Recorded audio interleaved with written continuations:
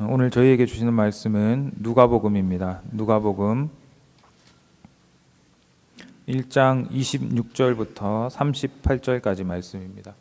누가복음 1장 26절부터 38절까지 말씀입니다. 제가 가지고 있는 성경책 신약성경 87페이지에 있습니다. 누가복음 1장 26절부터 38절까지 말씀 제가 봉독해 드리겠습니다. 여섯째 달에 천사 가브리엘이 하나님의 보내심을 받아 갈릴리 나사렛이란 동네에 가서 다윗의 자손 요셉이라 하는 사람과 약혼한 처녀에게 이르니 그 처녀의 이름은 마리아라.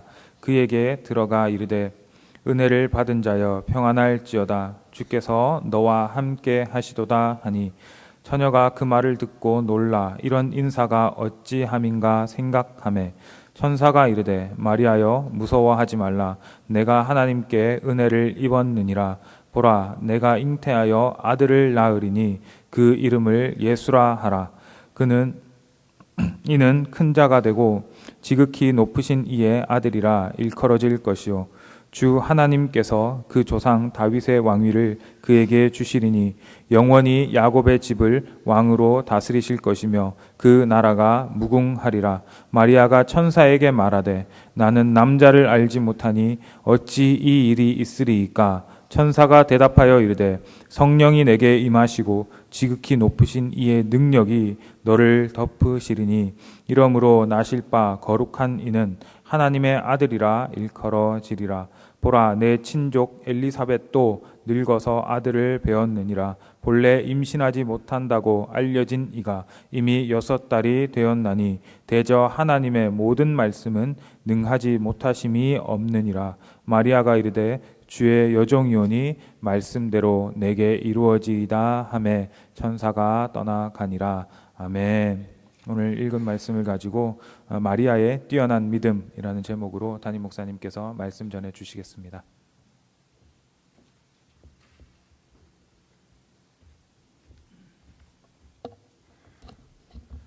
네, 우리 오늘 1년 전 우리 김광훈 형제 하나님의 부르심을 받아서 하나님 품에 안겼는데 우리 식구들 이렇게 예배 참석하셨습니다. 우리 하나님의 위로가 함께 하시기를 바라고 또 하나님께서 믿음을 주시고 또 소망으로 우리 가득 채워주시기를 간절히 바랍니다. 한번 기도하겠습니다. 생사화복을 주장하시는 여호와 하나님, 특별히 이 시간에 우리 하나님의 부르심을 1년 전에 받았던 우리 광원 형제를 다시 한번 기억합니다. 하나님 이 땅에서 짧은 생애를 살았지만 그러나 진짜 많은 사람들에게 기쁨을 주었고 좋은 믿음의 본본을 보여준 믿음의 청년이었음을 기억합니다. 주님, 언젠가는 우리가 주 안에서 죽은 자들이 살아나며 우리도 변화되어서 다 주님 안에서 영광을 누리신데 특별히 우리 참 부모님들 우리 또 가족들 이러한 천국의 소망 영원한 소망으로 마음을 주님께서 위로하여 주시옵소서.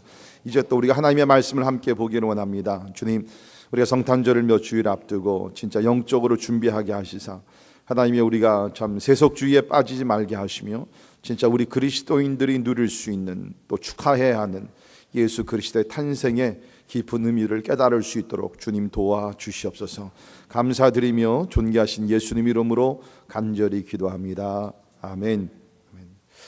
오늘은 우리 크리스마스 이야기 두 번째 시간으로 마리아의 뛰어난 믿음에 대해서 설교를 하도록 하겠습니다. 지난 2000년 동안 이 크리스천덤 기독교 안에서 우리 구교와 신교 우리 또 캐톨릭과 우리 개신교의 어떠한 논쟁이 되는 토픽 중에 하나가 바로 이 마리아에 관한 것입니다. 여러분이 잘 아시는 대로 캐톨릭에서는 이 마리아를 필요 이상으로 신격화를 하며 숭배하는 것이 문제입니다. 그러나 우리 또 개신교에서는 그러다 보니까 이런 부정적인 그런 반응을 보이면서 아예 마리아 자체를 다루질 않습니다. 그래서 어떤 목사님들은 아예 마리아에 대한 설교를 전혀 하지 않아요. 이런 위험성이 좀 따르기 때문에 중요한 것은 우리가 성경에서 모든 인물들 마리아뿐만 아니죠. 우리가 사도 바울도 그렇고 우리가 어떤 인물을 우리가 배울 때 말씀이 가르치는 그 범위 안에서 우리는 배우고 또 우리는 신앙의 본보기를 배워야 된다고 저는 생각이 됩니다. 자, 여러분이 아신 대로 캐톨릭에서는 마리아의 이름으로 기도를 합니다. 그리고 마리아가 예배의 대상이 되기도 하고 마리아를 죄 없는 사람으로, sinless person, 죄 없는 사람으로 취급하며, 마리아는 평생 처녀로, virgin, 평생을 처녀로 삼았다고 얘기하고, 더 놀라운 사실은 몇 년 전 우리 교황이 무슨 얘기를 했냐면, 마리아는 예수 그리스도와 함께 우리의 대속자와 중보자가 된다. Co-mediatrix and co-redemptor. 예수 그리스도와 함께 co-redemptor, 그리스도와 함께 우리의 대속자가 되시고, co-mediatrix, 우리의 중보자가 되신다. 그러한 발언을 했습니다. 그 이유는 뭐냐면, 만약에 마리아가 예수님을 잉태하지 않았으면 구속자가, 중보자가 태어날 수 없기 때문에 마리아 또한 co-redemptor, co-mediatrix, 예수 그리스도와 함께 동시에 필요한 어떠한 중보자, 대속자, 구속자가 된다. 그렇게 선언을 했습니다. 그러나 우리가 성경을 보면 이런 내용들을 성경에서 전혀 찾아볼 수가 없습니다. 마리아 이름으로 기도하라는 가르침이나 마리아가 우리 예배의 대상이 된다거나 마리아가 죄 없던 사람이라거나 아니면 특별히 마리아가 평생 처녀로 살았다는 것은 성경에 위반되는 것입니다. 여러분이 아신 대로 제2계명이 뭡니까? 하나님 외에 다른 우상을 만들지도 말고 그 앞에 경배하거나 섬기지 말라 그랬어요. 근데 가톨릭에서 보게 되면은 마리아상을 만들어 놓고 그 앞에 절을 하고 경배를 합니다. 제가 한번은 가톨릭 성당에서 하는 결혼식에 갔는데, 결혼식 순서 중에 하나가 신혼부부가 꽃다발을 가지고 마리아상 앞에 가가지고서 절을 하는 순서가 있더라고요. 제가 직접 봤어요. 오해하지 마십시오. 제가 가톨릭 신자들 다 미워하고 절대로 아닙니다. 그러나 성경으로 봤을 때 잘못된 것은 분명히 우리가 알아야 된다는 것입니다. 마리아가 예수 그리스도를 낳았을 때는 오늘 본문 말씀 그대로 처녀가 잉태해서 예수를 낳습니다. 그러나 우리가 성경을 보면 그 후에는 이제 요셉과 결혼을 하게 되고, 그래서 예수님의 동생들을 여럿을 낳게 됩니다.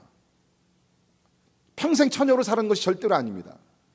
더 중요한 것은 우리가 성경을 보게 되면 예수님의 가족들이, 마리아를 중심해서 가족들이 절기가 되면 성전에 올라가서 자기 죄를 사하기 위해서 하나님 앞에 제사를 드린 것들이 여러 군데서 나오게 됩니다.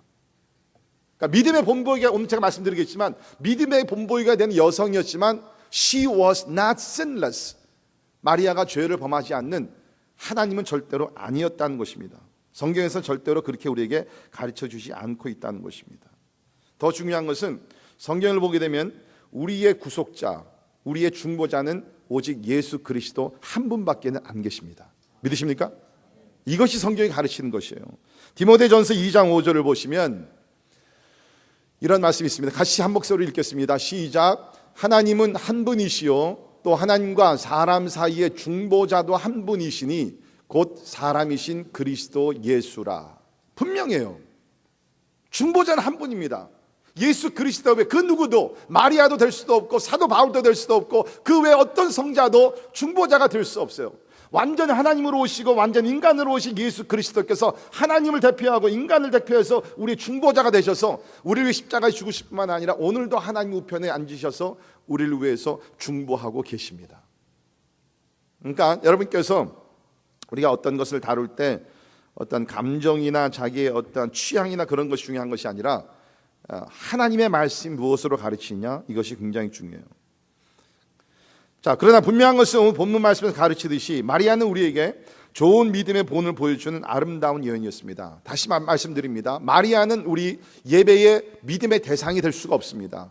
그러나 성경을 가르치기를 마리아는 믿음의 좋은 본보기가 되는 사람이라고 오늘 누가가 말씀을 통해서 우리에게 가르쳐주고 있습니다. 자, 오늘 마리아에 대해서 우리 몇 가지 살펴보도록 하겠는데요. 첫째는 마리아는 하나님의 은혜를 받은 여인이었습니다. 하나님의 은혜를 받은 여인이었습니다. 오늘 본문에서 강조하는 것이 바로 하나님의 은혜를 받은 마리아. 그래서 28절과 30절에 보면 천사가 와서 이렇게 얘기합니다. 은혜를 받은 자여 평안할지어다. 은혜를 받은 자요. 30절에도 내가 하나님께 은혜를 입었느니라. 자, 우리가 기독교에서 가장 많이 사용하는 단어 중에 하나가 은혜라는 것이죠. grace. 이 은혜가 뭡니까? 은혜라는 것은 자격이 없는 죄인들에게 하나님께서 값없이 무조건 주시는 하나님의 선물입니다. It's God's unconditional love toward undeserving sinners. 하나님께서 우리 죄인들에게 아무 조건 없이 no string attached, nothing is required, 아무것도 요구하지 아니하고 하나님께서 우리에게 값없이 어떤 요건, 사항이 없이 그냥 일방적으로 우리에게 주시는 그 선물, 그것이 바로 은혜라고 성경은 가르치고 있습니다. 그런데 마리아가 바로 이 은혜를 받았어요. 많은 사람들 가운데서 마리아가 이 시대에 하나님께서 마리아를 정하시고 마리아에게 은혜를 주셨다는 것입니다. 자, 오늘 본문 말씀 보게 되면 이 마리아가 이때 예수님을 잉태했을 때 어느 마을에 어디에 살고 있었느냐, 거기 기록이 되어 있는데요. 26절을 보시면 여섯째 달에, 다시 말해서 지난주에 보았던 세례 요한을 이제 엘리사벳이 잉태하게 됐습니다. 6개월이 지났습니다. 그때에 천사 가브리엘이 하나님의 보내심을 받아 갈릴리 나사렛이란 동네에 갔다. 우리가 잘 들은, 우리가 오랫동안 익숙한 그러한 지역이죠. 나사렛이다. 그 나사렛이라는 동네는 그 시대 굉장히 작은 마을이었다고 합니다. 신학자들에 의하면 한 100명에서 200명 정도 인구밖에는 살지 않았던 아주 작은 동네라고 얘기하는데요. 지금도 그렇게 큰 도시는 아니라고 그럽니다. 저는 가보진 못했지만 지금 거기에 그 나사렛이라는 동네 인구가 한 8만 명이라고 그럽니다. 8만 명. 8만 명인데 지금 현재 그 지역에 60%가 무슬림이고 30%의 크리스찬들이 살고 있다고 합니다. 아무튼 간에 그 당시에 잘 알려지지 않는 동네입니다. 그래서 우리가 구약에 보면 나사렛이라는 지명이 한 번도 안 나오고요. 그 다음에 우리 유대 사람들이, 이스라엘 사람들이 그 공부한 어떤 역사책이나 아니면 그 지혜책 탈무드라는 책이 있죠. 읽어보시면, 탈무드 읽어보신 분 계세요?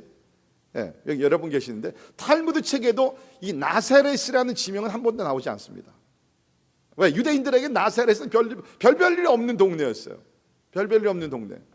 그렇죠? 여러분들 가운데도 고향이 어떻게 잘 알려진 그러한 곳에 태어나신 분이 있습니다. 그렇죠? 그러나 이 고향 동네를 얘기하면 아무도 모르는 동네에서 태어나신 분들도 계실 거예요. 우리 사실 지금 우리 교회가 위치하고 있는 이 데이턴, 뉴저지가 사람들이 몰라요. 데이턴? 플로리다에 있는 줄 알아요.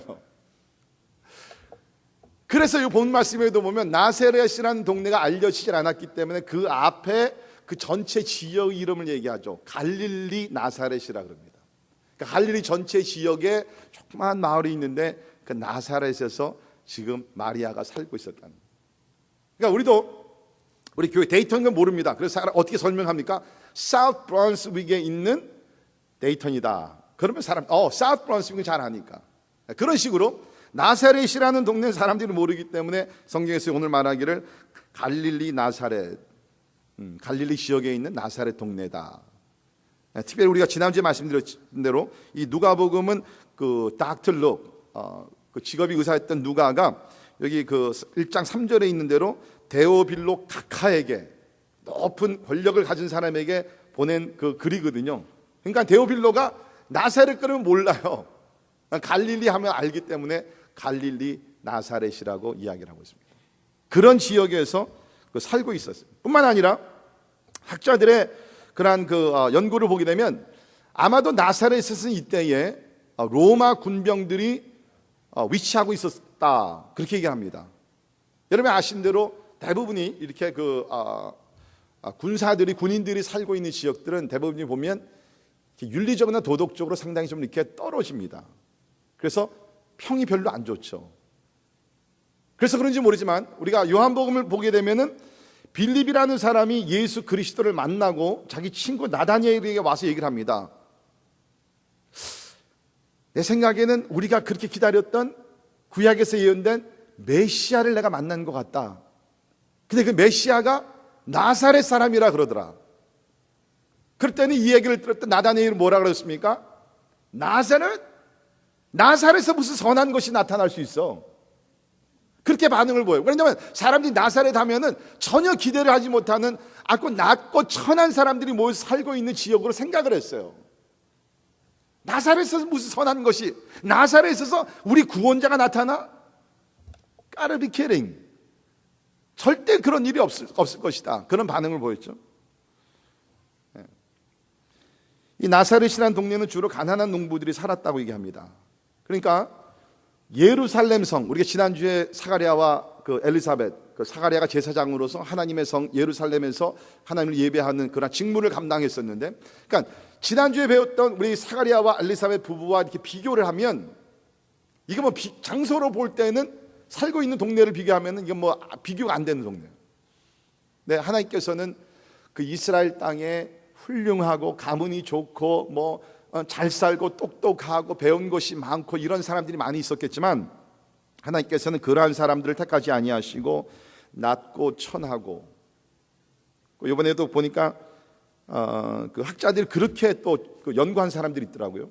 그 나사렛에서 살았던 사람들은 대부분이 가난했기 때문에 특별히 여자들은 학교를 못 다녔대요. 그러니까는 마리아가 문맹이었을 경우가 상당히 많다. There's a good chance that Mary was illiterate. 그런 그 신학자들도 있더라고요. 아무튼 간에 이러한 촌구석에서 아무도 알지 못하는 문명의 도시, 하찮은 여인. 우리는 보통 마리아 하면요, 우리 마리아상을 생각하기 때문에 이렇게 참 자상하고 이렇게 참 멋지고 선숙한 여인으로 이렇게 바라봅니다. 근데 여러분, 지금 여기서 마리아가 예수 그리스도를 잉태했을 때 나이가 몇 살인 줄 아세요? 정확한 거는 모르지만 신학자들 보니까 대부분이 12살에서 14살로 이렇게 추측을 하더라고요. 12살, 14살. 여기 보면 지금 미국에 8학년, 9학년 뭐 그 나이예요. 무슨 뭐 성숙하고 현숙한 여인으로서 뭐 이렇게 참 결혼 준비를 잘 그런 사람이 아닙니다. 참 철없고 너무나 아직은 어리고 꼬마 신부고. 그런데 하나님께서 이 마리아에게 오셔서 하나님의 아들을 잉태하게 하는 그런 은혜를 주셨다는 거예요. 그런 은혜를 주셨다는 거예요. 마리아 자신도 알았어요. 그래서 우리가 거기 그 48절로 내려가 보시면 마리아가 그 찬양하면서 이런 얘기하죠. 그의 여종의 비천함을 돌보셨습니다. 이거는 뭐 과장된 표현이 아닙니다. 그의 신분을 보게 되면, 상황적으로 보게 되면은 완전히 비천한 여인이었어요. 여기 여종이라는 단어가 나오는데, 여종은요 노예라는 단어입니다. 노예.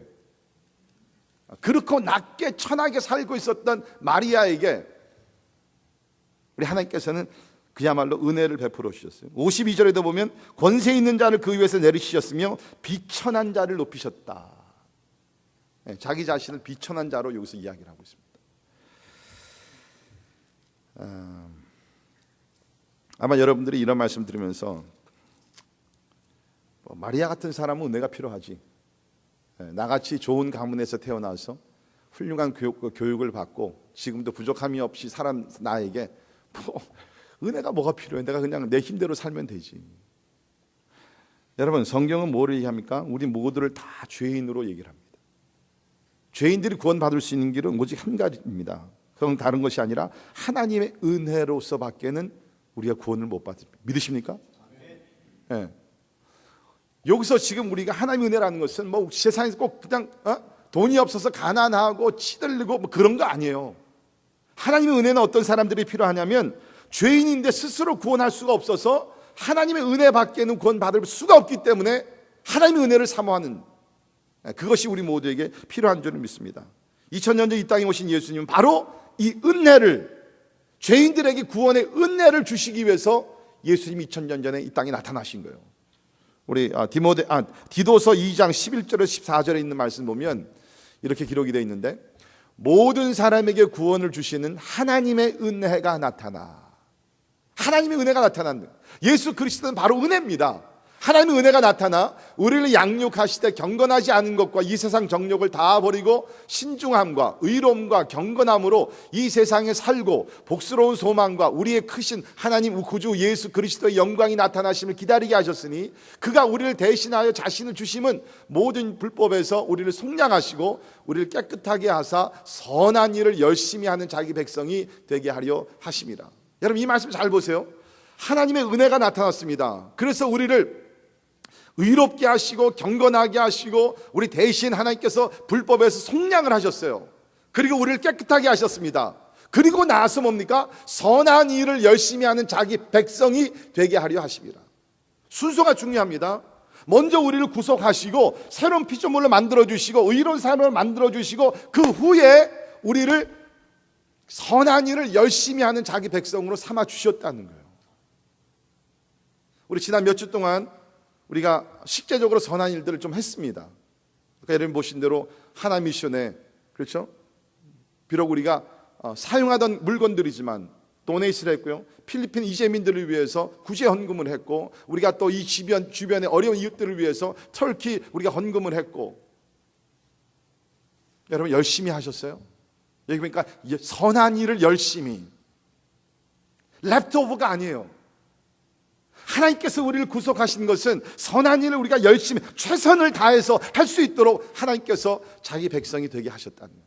그런데 이 모든 것이 하나님의 은혜 가운데서 이루어졌다는 거예요. 다시 말해서 우리가 구원받은 것도 은혜요, 여기서 양육받아서 선한 일을 열심히 하게 하시는 모든 것이 다 하나님의 은혜라는 것입니다. 믿으십니까?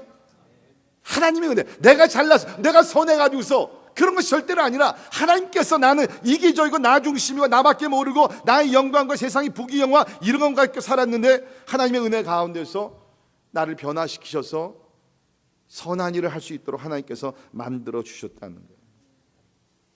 사랑하는 성도 여러분, 혹시 여러분들 가운데 아직도 자신의 어떤 노력과 선행으로서 구원에 이르려고 하시는 분들, 참 그것이 안타까운 게 뭐냐면 교회 안에 그런 사람들이 있다는 것이 너무나 안타까워요. 제가 이렇게 자꾸 복음에 대해서, 그렇죠? 가르치는데도 마음속에는 뭡니까? 내가 오늘도 교회 왔으니까 하나님께서 나를 좀 인정해 주시겠지. 그래도 내가 좀 착한 일을 하니까 하나님께서 나를 인정해 주시겠지. 여러분, 선행으로 구원받을 사람이 아무도 없다는 것입니다. 우리가 구원받을 수 있는 길 오직 한 길, 오직 예수 그리스도의 은혜로밖에는 구원받지 못한다는 것입니다. 오직 은혜밖에 없다는 것이에요. 아까 제가 서론에서 천주교에 대해서 이야기를 했습니다. 자, 이번에도 인터넷에 들어가서 천주교 교리에 대해서 여러 가지 살펴보니까 진짜 우리 개신교하고 성경을 근거로 한 개신교하고 전통을 근거로 한 캐톨릭하고도 진짜 하늘과 땅의 차이가 있더라고요. 여러분이 잘 아셔야 돼요. 이것을 그냥 겉으로 보기에 뭐 다 비슷한 것 같으니까 뭐 다 구원받기 절대로 아닙니다. 잘 들어보세요. 제가 찾아낸 내용들인데 제가 그냥 읽겠어요. 천주교인들에게 있어 구원이란 예수님을 개인의 구주로 영접함으로 오는 것이 아니다. 그들에게 있어서 구원이란 영세, 그렇죠? 그 세례를 그쪽에서 영세라고 합니다. 영세로부터 시작해서 계속적으로 유지해야 하는 교회와의 관계에 의존하는 길고 긴 과정인 것입니다. 그들의 구원은 성례들, sacraments, 이것은 뭡니까? 고해 성사가 있고 선행이 있고 또 연옥에 들어가서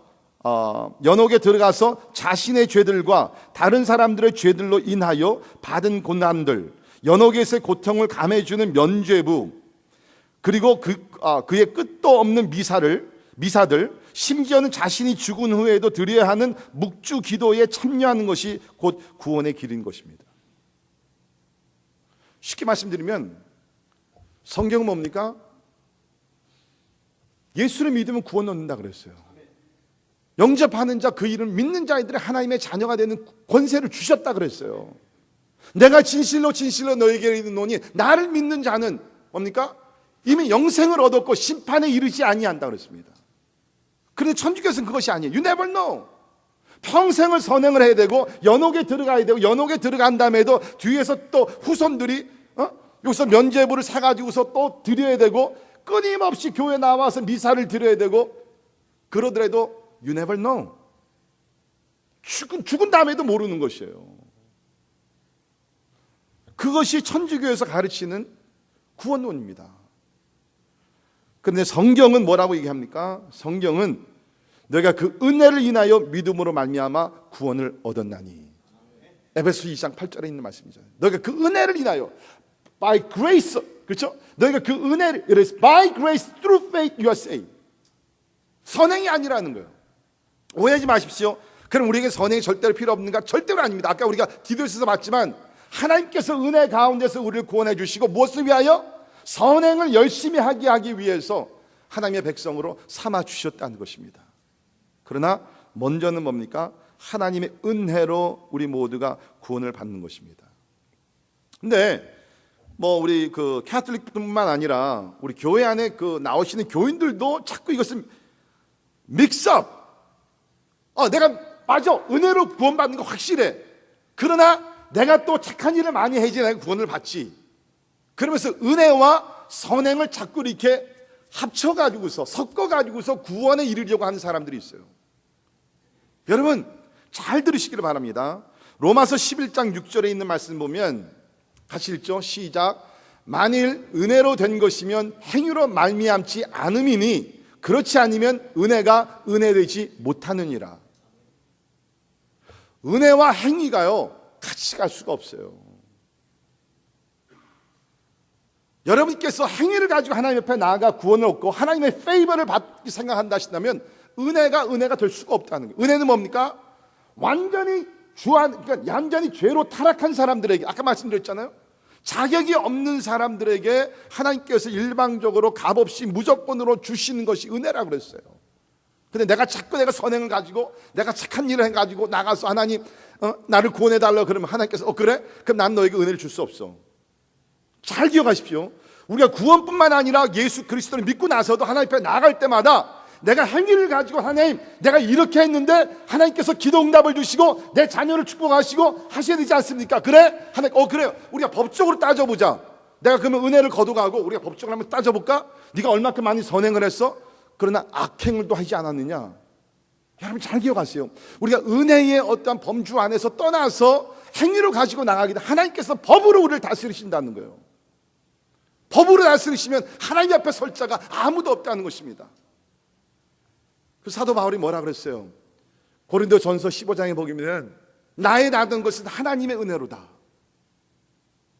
I am who I am by the grace of God. 내가 사도로서 다른 사도들보다 열심히 한다 할지라도 이것 또한 하나님의 은혜로다. 여러분 우리가 은혜라는 것은 구원 받을 때만 필요한 것이 아니라는 것이에요. 주님 앞에 나아가는 그날까지 우리는 오직 은혜 가운데서 신앙생활 할 수밖에 없다는 것입니다. 그렇기 때문에 뭐예요? 아무도 자랑할 수가 없어요. 아무도 자랑할 수 없어요. 왜? 우리가 그제나 오늘이나 항상 우리는 은혜 가운데서 살아갈 수밖에 없는 연약한 인간들이기 때문에 오직 우리가 자랑하고 높일 수 있는 것은 예수 그리스도의 은혜밖에 없다고 생각합니다. 이것이 오늘 마리아가 받은 하나님의 축복이에요. 하나님의 은혜가 마리아에게 임하는 것입니다. 두 번째, 마리아는 불신이 아닌 믿음의 질문을 가진 여인이었습니다. 불신이 아닌 믿음의 질문을 가진 여인이었습니다. 자, 이것이 오늘 우리가 마리아에서 본받아야 되는 믿음의 한 부분인데요. 31절부터 33절을 보면 천사가 마리아에게 나타나서 상당히 기쁜 소식이면서 동시에 참 믿기 어려운 소식을 전합니다. 31절을 보면 보라 내가 잉태하여 아들을 낳으리니 그 이름을 예수라 하라. 그가 큰 자가 되고 지극히 높으신 이의 아들이라 일컬어질 것이요 즉 하나님께서 그 조상 다윗의 왕위를 그에게 주시리니 영원히 야곱의 집을 왕으로 다스리실 것이며 그 나라가 무궁하리라. 내가 잉태하여. 지금 마리아는 처녀였거든요. 지금 여기서 보게 되면 마리아가 요셉과 약혼한 관계였다. 처녀다라고 했습니다. 우리 그전 성경에서 보게 되면은 정혼한 관계였다. 그러니까 유대 우리 관습을 보게 되면 결혼할 때까지는 three ceremony, 약혼을 하고 정혼, 영어는 betrothed이라고 그러죠. 약혼을 하고 그 다음에 정혼을 하고 1년 후에 결혼식을 올리게 되어 있습니다. 1년 후에. 근데 지금 마리아와 요셉의 관계가 정혼한 관계예요. 이것은 양쪽 부모가 다 동의를 했고 결혼식은 올리진 않았지만 결혼한 사람이나 똑같은 그러한 법적으로 마인드가 된 그러한 관계 속에 있었습니다. 그러나 성적으로 어떤 관계를 맺을 수 없는 관계입니다. 결혼할 때까지. 그러니까 그래서 여기서 계속 강조하는 것이 뭐냐면 처녀라고 얘기했습니다. 그러니까 지금 처녀로서 결혼 날을 생각을 하면서 사랑하는 남편을 맞이할 그 흥분되어 있는 그 여인에게 천사가 와가지고서 내가 잉태하여서 아들을 낳는다. 그것도 그냥 보통 사람이 아니라 하나님의 아들을 낳게 되는데 이름을 예수라, 구원자라 하라. 그러니까 이게 오늘날 말로 굉장히 황당한 이야기잖아요. 12살에서 14살 먹은 그 어린 미래 신부가 지금 자기가 사랑하는 그 요셉과는 한밤도 지내지를 못했는데 와가지고서 뭐 잉태를 해가지고서 아들을 낳게 돼? 이해가 되질 않았어요. 34절에 마리아가 이렇게 반응을 보이죠. 마리아가 천사에게 말하되 나는 남자를 알지 못하니 어찌 일이 있으리까. 나는 아직 남자를 모릅니다. 내가 요셉을 사랑하지만 우리는 신혼방을 아직 꾸리지 않았습니다. 근데 어떻게 내가 아이를 갖게 됩니까? 근데 여러분 사실 이 질문은요, 지난주 우리가 봤던 사가랴의 어떤 질문과 좀 비슷합니다. 천사가 와서 사가랴에게 이제 하나님께서 너에게 아들을 주실 것이다. 그때 사가랴가 어떻게 반응을 보였습니까? 18절을 보시면 사가랴가 천사에게 이르되 내가 이것을 어떻게 알리요? 내가 늙고 아내도 나이가 많으니이다. 그러니까 겉보기에는 마리아가 질문한 것이나 어찌 일이 내게 있으리요? 아니면 사가랴가 질문한 것, 내가 이것을 어떻게 알리요? 비슷한 질문인 것 같은데 결과적으로 봤을 때는 너무너무 차이가 나요. 그러니까 여기서 사가랴가 얘기한 것은 뭡니까? 내가 이것을 어떻게 알리요? 하나님 앞에 어떠한 그 설명을 요구하는 것이 아니라 불신을 가지고 나가서 어떠한 프루프를 증명할 수 있는 것을 내놓으라는 것이에요. 하나님이 지금 말씀으로 모든 것을 이루어 나가시는데, 근데 마리아는 뭡니까? 마리아는 반응이 뭐예요? 내가 처녀로서 이제 뭐 하나님의 아들을 잉태한다 그랬는데 다른 사람들은 모르지만 적어도 저에게는 내가 이 아이를 내 뱃속에서 9개월 동안 내가 키워야 되는데 적어도 나에게는 이것이 어떻게 일어날 것인지 설명을 좀 해주셔야 되지 않습니까? 그러니까는 사가랴는 불신의 동기에서 하나님 앞에 어떤 증거를 요구한 것이고, 마리아는 뭡니까? 하나님, I believe. 내가 다 이해는 안 되지만 나 믿습니다. 내가 또 그 삶을 감당하겠습니다. 그런데 이것이 어떻게 이루어질 것인지 설명을 좀 해주십시오. 그러니까 동기가, 스타팅 포인트가 달라요.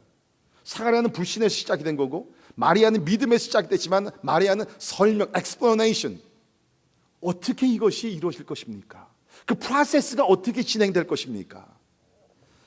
그래서 사가랴에게는 뭡니까? 하나님께서 징계를 하셔서 아이가 태어날 때까지 말을 못하게 하셨고, 반대로 여기 마리아는 뭡니까? 하나님께서 천사들을 통해서 설명을 해주십니다. 그렇죠? 그래서 여기서 보면 35절에 보면 천사가 대답하여 이르되 성령이 내게 임하시고 지극히 높으신 이의 능력이 너를 덮으리니 이러므로 나실 바 거룩한 이는 하나님의 아들이라 일컬어지리라. 보라, 내 친족 엘리사벳도 늙어서 아들을 배웠느니라. 본래 못한다고 알려진 이가 이미 6달이 되었나니 대저 하나님의 모든 말씀은 능하지 못하심이 없느니라. 얼마나 자상하게 하나님께 천사들을 통해서 그 과정을 성령으로 잉태하게 되고 하나님의 능력이 너를 덮게 되고 하나님의 말씀은 능하지 못하심이 없다. 그래가지고서 마리아에게 이런 만족할 수 있는 그 설명을 충분히 다 해줍니다. 그래서 저는 이 마리아가 던진 이 질문은 믿음을 근거로 한 질문이라는 거예요. Question that is based on faith in God. 하나님을 믿긴 믿는데 그 과정이 다 이해가 안 되니까 그 설명을 요구한 질문이라는 것입니다. 그것은 성경에서 우리에게 하라는 거예요. 그러니까 도마가 부활하신 예수 그리스도를 다른 제자들은 봤는데 자기는 아직 못 봤거든요. 그러니까 내가 그 그리스도를, 부활하신 예수 그리스도 그 못자국과 창자국을 보기 전에는 만지기 전에 내가 못 믿겠다. 그런 질문들은 애써 물론 주님께서 네가 본고를 믿느냐 보지 않고 믿는 자는 더 복이 있다 하셨지만, 그러나 우리는 연약한 인간들이기 때문에 그런 질문을 가지고 하나님 앞에 내가 믿기 위해서 더 확신을 갖기 위해서 하나님 앞에 나아가서 질문을 던진다는 것은 성경에서 그것은 허락하는 그런 케이스가 된다는 것입니다. 자, 여러분 이 부분 굉장히 중요합니다. 왜냐하면 제가 이렇게 목회를 하다 보면 뭐 새가족반이나 이렇게 무슨 뭐 성경 공부할 때 그냥 질문 안 하시고 그냥 가만히 계시는 분들이 있어요. 믿습니까? 네. 근데 마음속에는 석연치 않아요. 뭐 오늘 우리가 지금 얘기하는 어떻게 성령이 잉태가 될 수가 있는가? 예수님께서 어떻게 나를 위해 십자가 달려 죽을 수가 있겠는가? 그러니까 그것이 안 믿겠다는 것이 아니라 내가 믿기를 원하는데 How can that possible? 이것이 어떻게 가능한 것인가? 내가 선행으로 구원을 받아야지 어떻게 내가 그냥 은혜만 붙들고서 내가 구원을 받을 수 있겠다는가? 그래서 마음속에는 어떤 질문이 있는데 괜히 질문을 했다가는 창피를 당할 것 같고 그러니까 그냥 넘어가요. 근데 그 과정을 다 끝내고 집에 가서 곰곰이 생각해 봅니다. 그렇죠? 진짜 이게 사실인가? 영적인 어떤 회의를 느끼기 시작하는 거예요. 근데 그 질문을 마음의 어떤 질문인데 그것을 말씀으로 해결하지 않으면 사단은 그것을 노려가지고서 여러분 마음속에 의심을 갖게 하고요. 결국에는 하나님을 부인하며 떠나게 합니다. 특별히 우리 자녀들 보게 되면 그런 경우들 자주 있어요. 그냥 어린이 학교부터 중고등부까지 그냥 뭐 일방적으로 가르치니까 그냥 다 들어요. 질문을 안 해요. 그러다가 집을 떠나서 대학에 갑니다. 세속적인 어떠한 도전을 많이 받습니다. 하나님의 존재 자체에 대해서 도전을 받게 되고 질문을 받게 되고 성경의 권위에 대해서 질문을 받게 되고 예수 그리스도의 구원론에 대해서 질문을 받게 되고 하다 보면 뭐요? 감당할 길이 없는 거예요. 내가 진짜 아무것도 모르고 그냥 신앙생활 한 것 같구나. Maybe there's no God. 어쩌면 하나님이 안 계실지 모르겠어. 어쩌면 이것이 사람들이 만들어낸 이야기인지 모르겠어. 그러면서 완전히 믿음의 길에서 벗어나게 돼요. 그러니까 두 종류의 질문이 있죠. 하나는 믿지 않기 위해서 하나님께 도전하는 그러한 질문들이 있습니다. 그런데 한쪽은 뭡니까? 긍정적으로 내가 믿으려고 하는데 내가 아직도 의문점이 많이 있어요. 믿으려고 하는데 내가 좀 더 설명이 좀 필요한 것 같아요. 그런 질문들을 하나님께 가지고 나가서 질문하면 하나님께서는 진짜 어떤 방법을 통해서도 속 시원하게 여러분께서 해답을 줄 줄을 믿습니다. 제가 이 시간에 책 2권을 좀 권하는데요. 크리스마스 때 여러분께서 여러분 자녀들에게 이 책을 좀 주면 좋을 것 같아요. 여기 그 리 스트로벨, 제가 설교 때 몇 번 얘기한 분인데 리 스트로벨이라는 사람은 원래는 무신론자였습니다. 시카고 출입민주의 그 저널리스트였는데 이분이 이제 무신론자로서 특별히 그 윌로우 크릭 교회를 이제 인베스티게이트 조사를 하면서 분명히 여기에 부정부패가 있을 것이다. 그래서 3년 동안 조용히 그 교회를 다녔어요. 그 교회의 흠을 잡기 위해서. 그러다가 예수 그리스도를 만나서 지금은 목사로서 그 사역을 감당하고 있는데 이분이 쓴 책 중에 2가지 책을 권합니다. 첫째는 The Case for Christ, 그리고 두 번째는 The Case for Faith. 이 책은요 다 질문을 근거로 해서 풀어나가는 책들입니다. 그리스도에 대한 질문들, 그 다음에 믿음에 대한 질문들. 길지 않아요. 책이 굉장히 이렇게 좀 얇습니다. 자녀들에게 꼭 한 번씩 읽히세요. 또 여러분 자신, 이거 한국말로 번역도 돼 있다고 저는 생각이 되는데 그러면서 여러분이 가지고 있었던, 말은 못했지만 여러분이 가지고 있었던 궁금증들, 진짜 예수 부활하셨는가? 성령 잉태, how this possible? 하나님의 정확무원 하나님의 말씀이라 그러는데 내가 can I really believe that? It is a credible book. 믿을 만한 책인가? 그러한 질문들이 이 책들에서 다 다루고 있어요. 꼭 여러분 이 책들을 한번 읽으시고 자녀들에게도 여러분께서 읽도록 배려해 주시길 바랍니다. 하나님은 우리가 긍정적으로 믿음을 더 갖기 위해서 하나님 앞에 질문하면 하나님은 절대로 거절하시거나 화를 안 내세요. 여러분 선지자들 보면, 구약에 나온 선지자들 보면 that's all they did. 백성을 대표해가지고서 저들이 한 것이 뭡니까? 물론 하나님을 위해서, 백성을 위해서 기도하고 하나님의 말씀을 선포하고 다 했어요. 그러나 많은 선지자들을 보게 되면 백성을 대표해서 하나님 앞에 나가서 질문한 사람들이 선지자들이에요.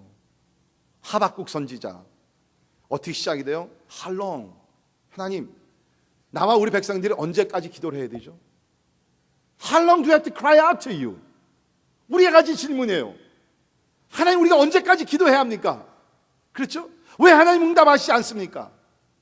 에레미야 선지자, 하나님 왜 악한 사람들을 보게 되니까, 바벨론이나 아수르 사람들을 보니까 왜 저들은 좀 번영을 하고 우리는 그래도 택한 백성들인데 왜 우리는 이런 고생을 하게 되고, What's going on here? 백성들 대표 하나님 앞에 질문하는 것이에요.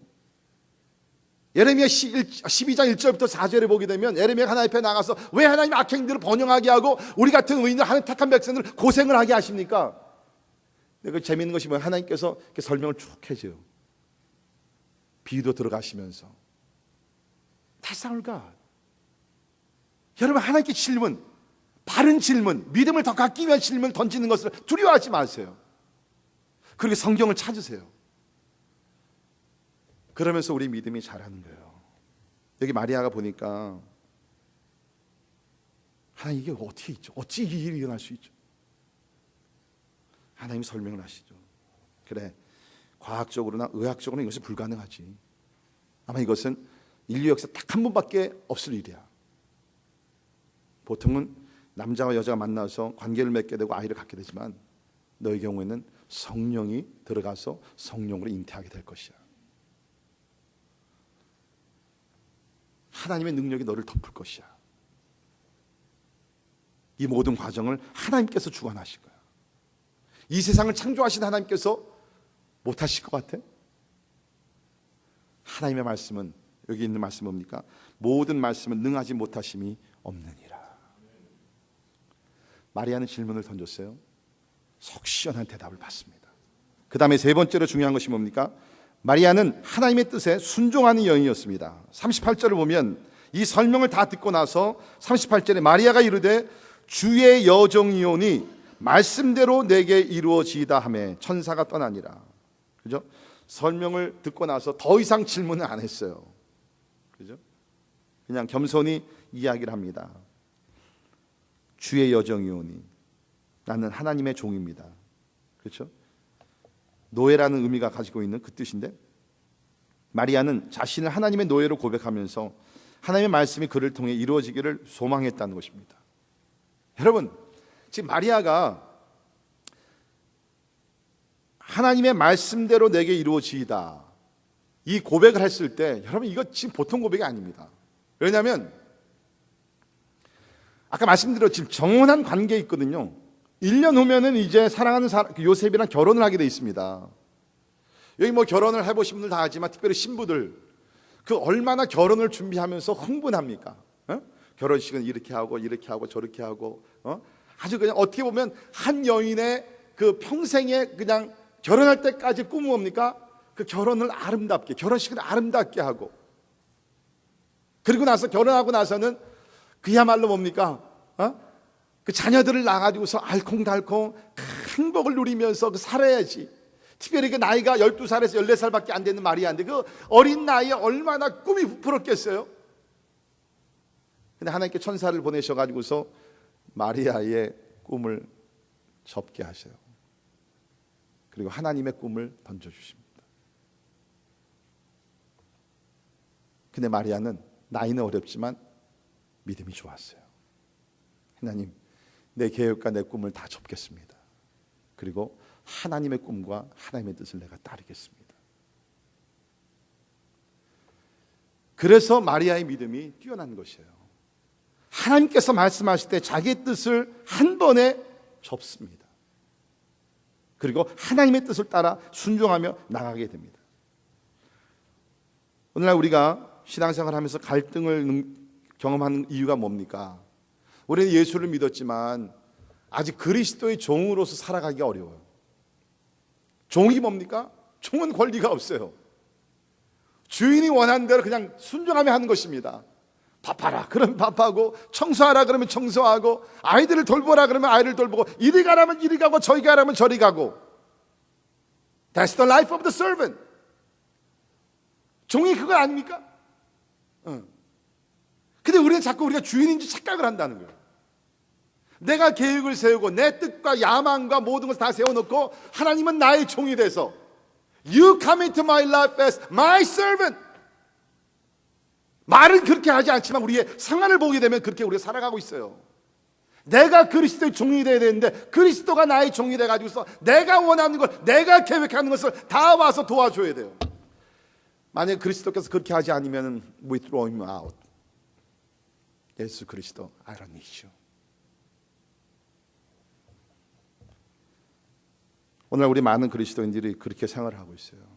저는 이 말씀을 준비하면서 이런 생각을 해봤습니다. 우리 성경을 보게 되면 믿음과 순종은 동전의 양면성과 똑같습니다. 믿음이 있다 그러면서 순종 안 할 수 없고요, 순종하면서 믿음이 없을 수가 없어요. 믿으십니까? 성경이 가르치는 것이 그것이 그 진리예요. 그러니까 다시 말해서 우리가 성경을 읽으면서 또 하나님의 말씀을 읽고 하나님께서 말씀하실 때 믿습니다 하고서 내가 준행하지 않으면, 순종하지 않으면 믿지 않는다는 거예요. 성경에서 우리에게 항상 기도하라 그럽니다. 근데 우리가 기도하지 않으면 내가 성경을 믿는다 그러지만 사실 안 믿는 거예요. 순종이 따르지 않는 믿음은 야고보가 뭐라면 죽은 믿음이라 그랬습니다. 이웃을 사랑하라. 믿습니다. 그런데 내가 사랑하지 않으면요, 내가 안 믿는 것이에요. 하나님 앞에 11조를 드리라고 성경이 명령을 합니다. 내가 드리지 않으면 I don't believe that. 믿지 않는 거예요.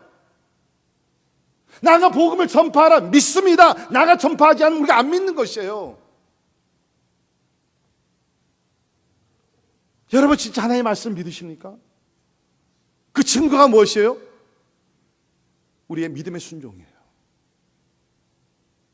믿음의 순종으로 우리가 열매가 없다 그러면 우리는 말로만 주여 주여 하지만 사실 우리 삶 속에서는 믿지 아니하는, 소위 얘기해서 교회 안에 무신론자들이 된다는 거예요. 그러니까 오늘날 우리의 믿음이 너무 땅에 떨어진 것 같아요. 믿음을 우리가 너무 쉽게 생각하는 것 같아요. 행함이 없는 믿음은 죽은 믿음이라 그랬어요. 이 마리아는 나이가 어렸지만 행함이 있는 믿음이죠. 하나님의 말씀대로 이루어지도록 내 삶을 드리겠습니다. 여러분, 지금 마리아가 이 결단을 내렸을 때는요, 그가 앞으로 지불해야 될 그 모든 희생과 고통과 역경들을 다 감수하겠다는 거예요. 그 당시 법으로 완전히 결혼하지 않고 만약에 아이를 갖게 되면요, 부도덕한 여인이라 그래가지고서 경우에 따라서 돌로 쳐 죽였다고 합니다. 근데 지금 마리아가 지금 그것을 해내야 돼요. 우리가 복음서를 사실 읽어보면요, 나중에 예수 그리스도가 탄생하시고 모든 사람들이 진짜 예수가 하나님의 아들이라고 인정하기 전까지는 뭡니까? 마리아가 다니며 사람들에게 손가락질 당했어요. 저 여인이 누구냐면 결혼도 하기 전에 애를 냈다. 그 아이가 아빠가 누군지도 모르는. 여러분 지금 이게 어떤 위험성이 따라요? 지금 우리 마태복음을 보게 되면 요셉이 의로운 사람이었는데 자기 아내 될 사람이 아이를 갖자 조용히 이혼하려고 그랬어요. 지금 엄청난 위험이 따르는 거예요. 그런데 마리아는 I'm willing, Lord. 내가 그 모든 어려움과 역경과 사람들에게 손가락질 받을 것과 accusation and all that, 하나님의 뜻이 이루어질 수 있다 그러면 받겠습니다. 사랑하는 성도 여러분, 우리가 하나님의 일을 위해서 무엇인가 할 때 여러분 절대로 무슨 패너사이즈를 안 하면 좋겠어요. 내가 나가서 복음을 전하면 사람들이 예수를 믿게 되고 모든 사람이 박수를 쳐주게 되고 사람들이 인정을 해주게 되고 영광 가운데 하나님의 일을 감당하는 것은요, 지금 마리아가 모든 순환과 불필요한 어떤 가십과 모든 사람들이 정죄하는 눈과 이 모든 것들을 다 감수하는 것이에요. 이것이 하나님의 말씀에 순종하는 삶입니다. 이제 우리가 한 해를 다 보내고 몇 주 있으면 새해를 맞이할 텐데 여러분께서 마리아와 같이 진짜 뛰어난 믿음을 가지고 주님,